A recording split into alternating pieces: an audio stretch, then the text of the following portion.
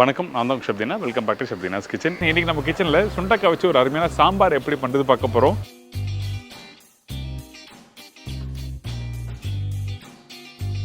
இது கூட பூசணிக்காய் மசாலா.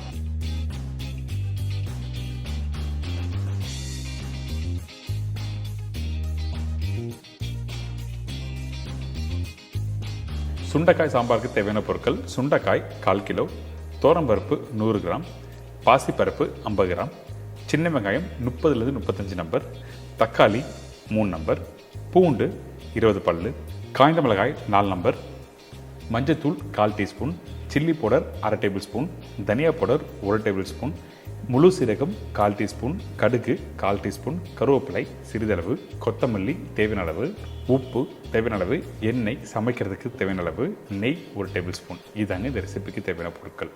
இந்த சுண்டக்காய் சாம்பார் பண்ணுறதுக்கு ஃபஸ்ட்டு நம்ம என்ன பண்ண போகிறோம் கேட்டால், நம்மக்கிட்ட இருக்க அந்த சுண்டக்காவை லைட்டாக உடச்சி முடிஞ்ச அளவுக்கு விதை எடுக்க போகிறோம். அதனால் இந்த மாதிரி லைட்டாக க்ரஷ் பண்ணி விதை எடுத்துருங்க. விதையை முழுசாக எடுக்கணும் அவசியம் இல்லை, முடிஞ்ச அளவுக்கு எடுங்க. அதாவது ஒரு 80% அளவுக்கு விதை எடுத்திங்கன்னா ஒன்றும் தவறு எதுவுமே இல்லை. நீங்கள் விதை அதிகமாக வச்சு நீங்கள் சாப்பிட்டீங்கன்னா கண்டிப்பாக வயிறு வலி ப்ராப்ளம் வரும்.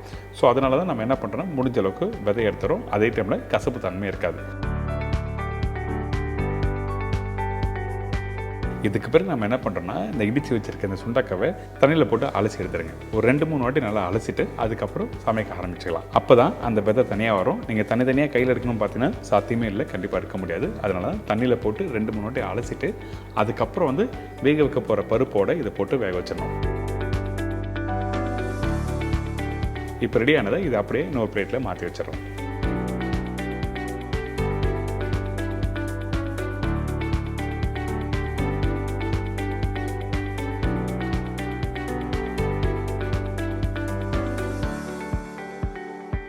இதுக்கு பிறகு நம்ம என்ன பண்ணுறோன்னா, ஊற வச்சு தோரம்பருப்பு, பாசிப்பருப்பு.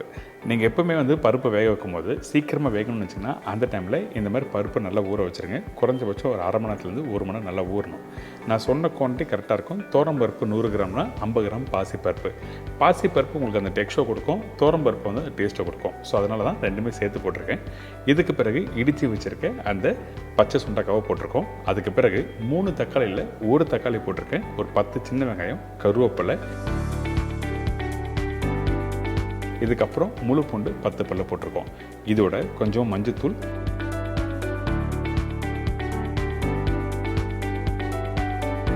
குக்கரில் தேவையான அளவுக்கு தண்ணி ஊற்றி ஒரு 3லேருந்து 4 விசில் விடுங்க.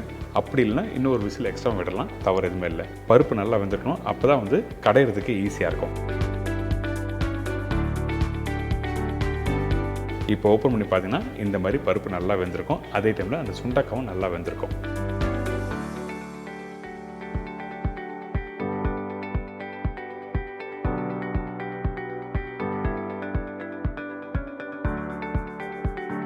பார்த்தீங்களா, இந்த பருப்பு நல்லா வந்திருக்குல்ல.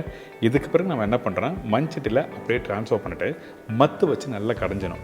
கடையாமல் அப்படியே இந்த சுண்டக்காய் முழுசாக நீங்கள் தாளித்து சாப்பிட்டீங்கன்னா கண்டிப்பாக நல்லா இருக்காது.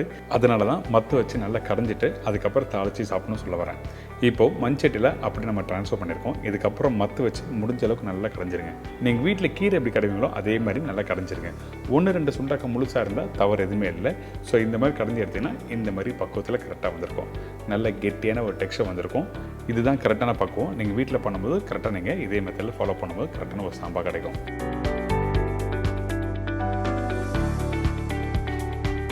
இதுக்கு பிறகு நம்ம என்ன பண்ணுறோம், தாளித்து நம்ம கடைஞ்சி வச்சுருக்க அந்த பருப்பும் சுண்டக்காவும் இதில் போட போகிறோம்.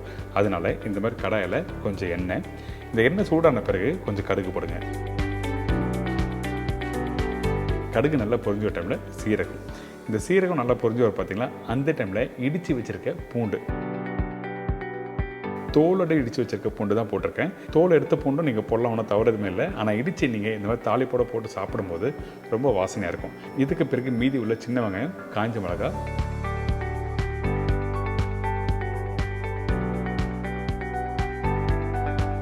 பச்சை கருவேப்பிலை இதெல்லாம் போட்டு அந்த வெங்காயத்தோடு நல்லா வதக்க ஆரம்பிக்கிறோம். இந்த வெங்காயம் வதங்குற பக்குவம் என்ன கேட்டீங்கன்னா, அதிகபட்சம் ஒரு 2 நிமிஷம் வதக்கினா மட்டுமே போதும். இந்த மாதிரி ரெசிபிக்கு வெங்காயம் நல்லா முழுசாக தெரியணும், சரிங்களா? இதுக்கப்புறம் தக்காளி 3 தக்காளியில் ஒரு தக்காளி ஃபஸ்ட்டே யூஸ் பண்ணியாச்சு, மீதி 2 தக்காளி இந்த இடத்துல போட்டிருக்கேன். இந்த தக்காளி போட்ட பிறகு நம்மக்கிட்ட இருக்க இந்த பவுடர் மசாலா இந்த இடத்துல யூஸ் பண்ண போகிறோம். அதனால் இந்த தக்காளி வெங்காயம் தாளிப்போட நல்லா மிக்ஸ் பண்ணிவிட்டு கொஞ்சம் மஞ்சத்தூள், சில்லி பவுடர், தனியாத்தூள். அதிகமான சில்லி பவுடர்னு வேண்டாம், தனியாத்தூளும் அதிகமாக வேண்டாம். நான் சொன்ன குவான்டிட்டி கரெக்டாக சொல்லியிருக்கேன். அதாவது 1 டேபிள் ஸ்பூன் தனியாத்தூள்னா 1/2 டேபிள் ஸ்பூன் சில்லி பவுடர். இதுக்கப்புறம் கொஞ்சம் உப்பு போட்டு நல்லா மிக்ஸ் பண்ணுங்கள். அதாவது அந்த தாளிப்போட அந்த மசாலா நல்லா மிக்ஸ் ஆகணும். தேவையான அளவுக்கு தண்ணி ஊற்றி நல்லா கொதிக்க விடுறோம். இந்த மாதிரி பண்ணும்போது என்ன ஆகிட்டுனா அந்த மசாலாவை சீக்கிரம் வந்துடும். அதே டைமில் அந்த வெங்காயம் தக்காளி முழுசாக இருக்கும். அதனால தான் இந்த மாதிரி தண்ணி ஊற்றி கொதிக்க வேணும்னு சொல்ல வரேன். இதுக்கு பிறகு நம்ம ஏற்கனவே வேக வச்சு நல்லா கடைஞ்சி வச்சுருக்கேன், அதாவது நல்லா மேஷ் பண்ணி வச்சுருக்கேன் அந்த பருப்பும் சுண்டக்காவும் இதில் போட்டு நல்லா மிக்ஸ் பண்ணுங்கள்.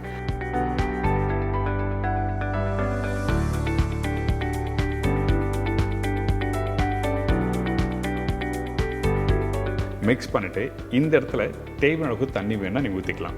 கொஞ்சம் கெட்டியாக வேணும்னா கெட்டியாகவும் சாப்பிட்லாம். என்ன கேட்டிங்கன்னா செமி கிரேவியாக சாப்பிட்றது ரொம்ப நல்லாயிருக்கும். அதனால தான் கொஞ்சமாக தண்ணி ஊற்றி நல்லா மிக்ஸ் பண்ணிவிட்டு ஒரு 2 கொதி வரட்டும். அதுக்கு பிறகு நம்ம என்ன பண்ணுறோன்னா கொஞ்சம் கொத்தமல்லி, நெய் போட போகிறோம். அதனால் இந்த மாதிரி நல்லா கொதித்து வரணும்.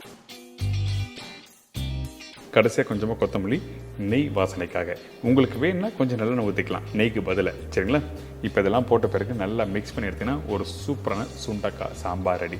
இந்த மெத்தடில் நீங்கள் வீட்டில் ட்ரை பண்ணி பாருங்கள். கண்டிப்பாக மார்னிங் பிரேக்ஃபாஸ்ட்டுக்கு நம்ம வீட்டில் இருக்கவங்க எல்லாமே எப்போவுமே 3 இட்லி சாப்பிடுவாங்க. ஆனால் இந்த மாதிரி சாம்பார் வச்சிங்கன்னா கண்டிப்பாக 3 இல்லை 6 இட்லி சாப்பிடுவாங்க. அந்தளவுக்கு அருமையாக இருக்கும். இந்த மாதிரி ஒரு சூப்பரான ரெசிபியை கண்டிப்பாக மறக்காமல் ட்ரை பண்ணி பாருங்கள்.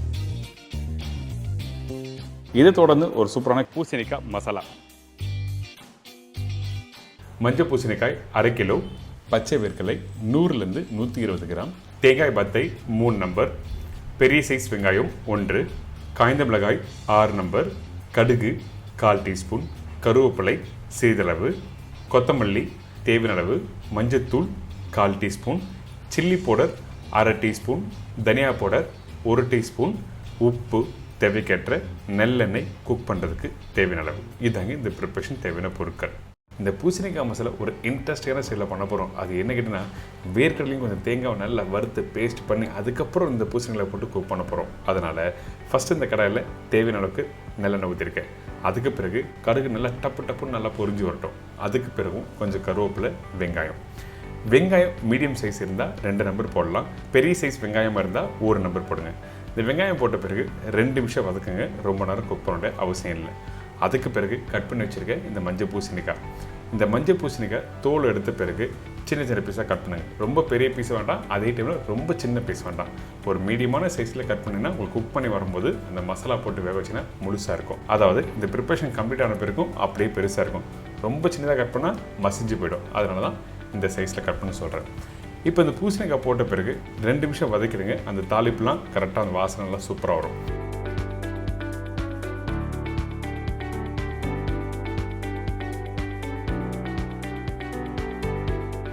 மஞ்சத்தூள்,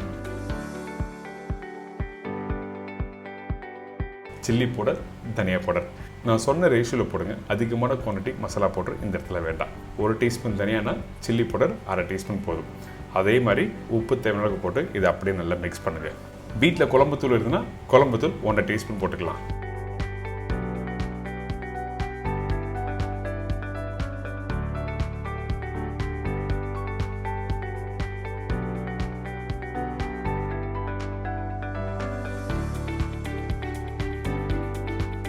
இப்போ தேவையான அளவுக்கு தண்ணி ஊற்றி இந்த காயை நல்லா வேக வைக்கிறோம். ஒரு மூடி போட்டு காய் வேகட்டும். வேக வைக்கிற பக்குவம் என்ன கேட்டினா காய் நல்லா மசிஞ்சு போகக்கூடாது, அப்படியே முழுசாக தான் இருக்கணும். அப்போ தான் அந்த வேர்க்கடலையும் தேங்காய் போட்டு மிக்ஸ் பண்ணும்போது உடையாமல் பக்குவமாக வரும்.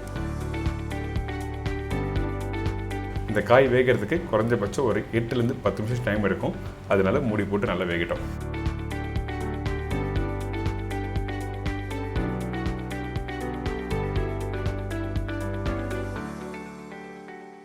இப்போ வெந்த காயை உங்களுக்கு அப்படியே எடுத்து காமிக்கிறேன் பாருங்கள். பார்க்கும்போது சாப்பிடும் போல் இருக்குல்ல, அந்த எல்லோஷ் கலர், அந்த கடுகு தாளிப்பு, அந்த கருவேப்பிலை இதெல்லாம் பார்க்கும்போது அடடா இந்த டைமில் கொஞ்சம் ரசம் சோறு அப்படின்னா சாம்பார் சோறு இருந்தால் நல்லாயிருக்குன்னு சொல்லி நிறைய பேர் ஆசைப்படுங்க. அந்த டைமில் இந்த மாதிரி ப்ரிப்பரேஷன் வீட்டில் ட்ரை பண்ணி பார்க்கலாம். பாருங்கள், இந்த காய் கொஞ்சம் லைட்டாக ப்ரெஸ் பண்ணுவோம், கொஞ்சம் ஹார்டாக இருக்கும். 90% அளவுக்கு வேக வச்சு எடுத்து வச்சுருக்கேன். அதுக்கப்புறம் இந்த பச்சை வேர்க்கடலை. இந்த பச்சை வேர்க்கடலை வறுக்கிறதுக்கு குறைஞ்சபட்சம் ஒரு 15 நிமிஷம் டைம் இருக்கும். அதனால ஸ்லோ ஃப்ளேமில் நல்லா வறுத்துருங்க. எந்த அளவுக்கு நல்லா வறுக்கிறீங்களோ அந்த அளவுக்கு நல்லாயிருக்கும் டேஸ்ட்டு. அதே டைமில் பச்சையாக வேர்க்கடலை நீங்கள் பேஸ்ட் அரைச்சி போட்டிங்கன்னா உங்களுக்கு டேஸ்ட் நல்லா இருக்காது. அதனால நல்லா வறுத்துன்னு சொல்கிறேன்.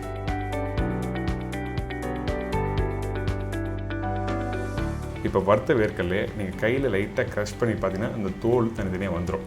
அதுக்கு பிறகு மிக்சியில் போட்டு அரைக்க ஆரம்பிக்கலாம்.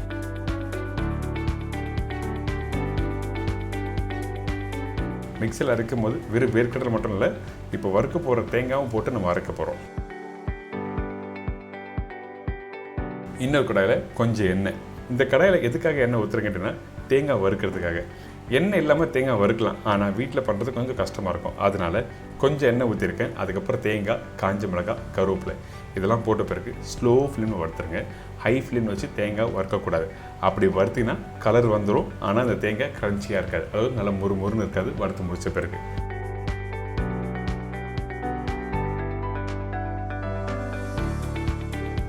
பார்த்தீங்களா, இந்த மாதிரி கோல்டன் ப்ரௌன் கலர் வந்துருக்கணும். இந்த தேங்காய் நீங்கள் கையில் எடுத்தாலே அப்படி லைட்டாக அப்படி உடையிற மாதிரி இருக்கும். நீங்கள் வீட்டில் முறுக்கில் உடைப்பீங்களே அந்த மாதிரி டெக்ஸ்டில் வந்துருக்கணும். இப்போ வறுத்த வேர்க்கடலையே இந்த மிக்ஸி ஜாரில் போட்டிருக்கேன். அதுக்கு பிறகு இந்த தேங்காய், காஞ்ச மிளகாய், கருவேப்பிலை எல்லாமே இப்போ பாருங்கள், அந்த தேங்காய் லைட்டாக க்ரஷ் பண்ண தூள் தூளாகும். இந்த மாதிரி டெக்ஸ்டில் இருக்கணும். இதுக்கு என்ன காரணம்னா ஸ்லோ ஃப்ளேமில் வறுக்கணும், அப்போ தான் இந்த டெக்ஸ்டர் வரும். இதெல்லாம் போட்ட பிறகு மிக்சியில் அரைக்க ஆரம்பிச்சிடுங்க. அரைக்கும் போது தண்ணி ஊற்றக்கூடாது. ஏங்கிட்டுன்னா தேங்காவில் எண்ணெய் இருக்குது, அதே மாதிரி வேர்க்கடலை நல்லா அரைய கொஞ்சம் கெட்டியான பக்குவம் வரும்.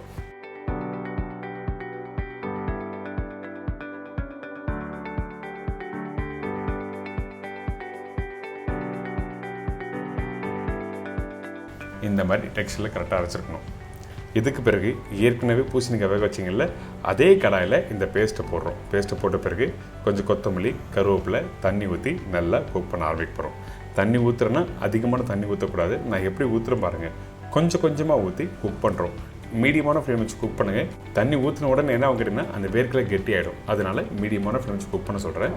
அதே டைமில் கொஞ்சம் எண்ணெய், ஒரு 2 டேபிள் ஸ்பூன் அளவுக்கு எண்ணெய் ஊற்றிக்கலாம். ஊற்றின பிறகு ஒரு 3 நிமிஷம் நல்லா குக் பண்ணுங்கள். 3 to 4 மினிட்ஸ் நல்லா குக் பண்ணி முடித்த பிறகு அந்த மசாலாவும் கொஞ்சம் டைல்யூட் ஆகும். அதுக்கு பிறகு ஏற்கனவே வேக வச்ச பூசணிக்காவை இதில் ஆட் பண்ண போகிறோம்.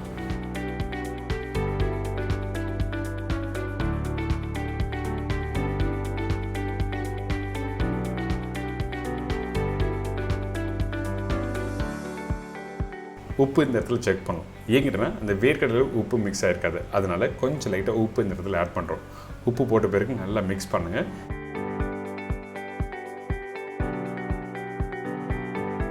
வேக வச்ச அந்த பூசணிக்காவும் இதில் போடுறோம்.